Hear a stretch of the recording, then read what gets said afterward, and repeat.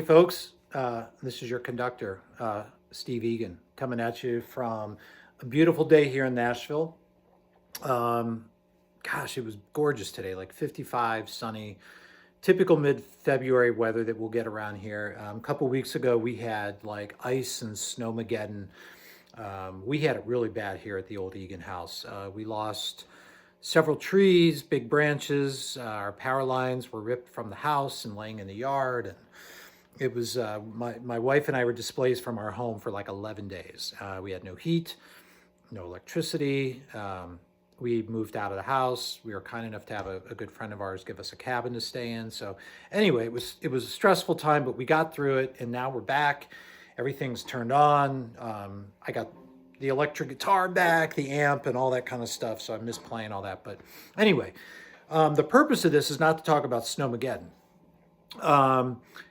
I was given a guitar lesson this week to a gentleman that I've been working with off and on for the last several months. And, in particular, he's always asking me about like how I blend some of the different styles that I do. And that little me kind of improvising off the top is, I was trying to intentionally maybe do some of that stuff, but it's pretty typical of how I approach songwriting, how I approach my guitar playing, my soloing, where I throw in blues, of course, and little countries every now and then, and rock, of course, and so many influences and little stuff that you pick up on over the years. And he particularly likes on our first album the song Trouble Man. He really likes it's a New Orleans second line groove. It's the very first cut off the album.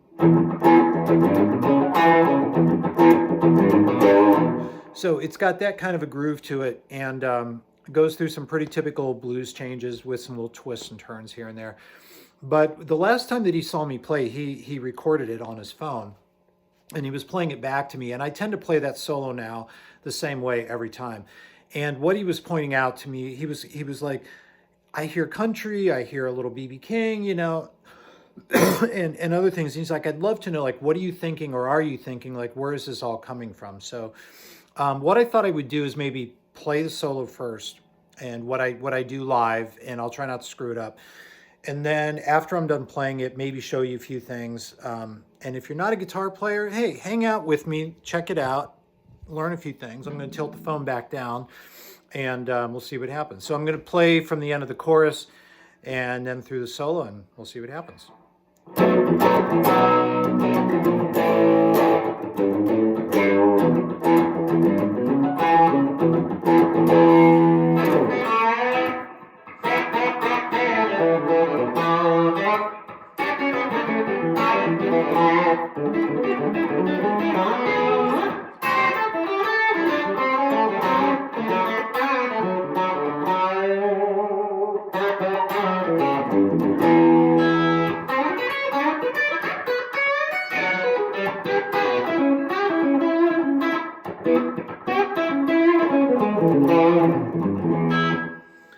So there you go.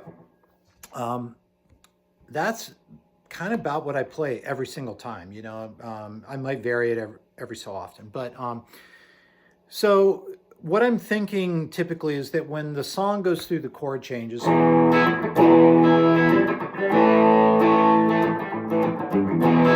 I want to play something that allows you to hear the chord changes.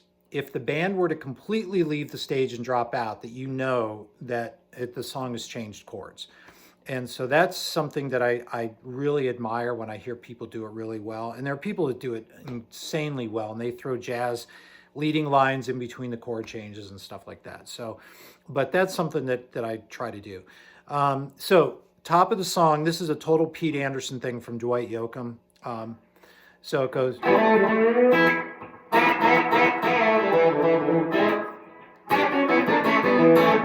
So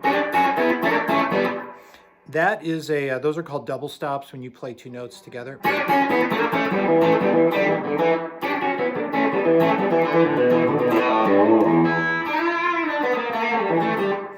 So in a way, it's like, if you think of like traditional blues playing,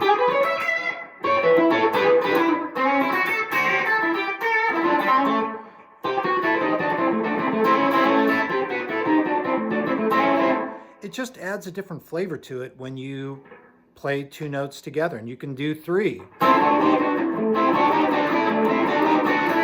you know, and you can do all sorts of crazy things. But to accomplish that, you can either use your pick. I use my pick and fingers, which is called hybrid picking. You know, you have, I'm sorry if I mess up here, it's a weird angle, but if you watch my fingers, I use these two fingers a lot, so they're kind of hidden back in there. All right, so you got that, and then this little bit, this was definitely something that he saw when he recorded it, but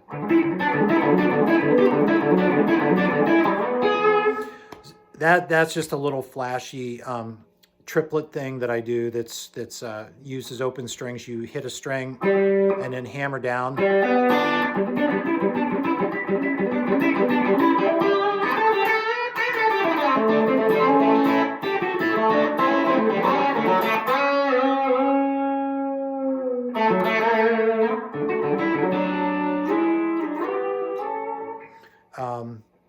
So there's that.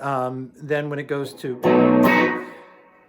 it's called the 5 chord, or the B.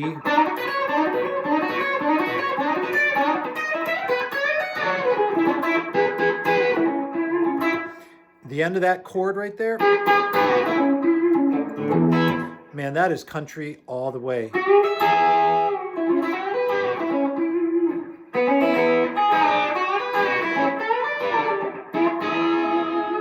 Again, total country playing right there, but man, you put a little overdrive or distortion on the tone, and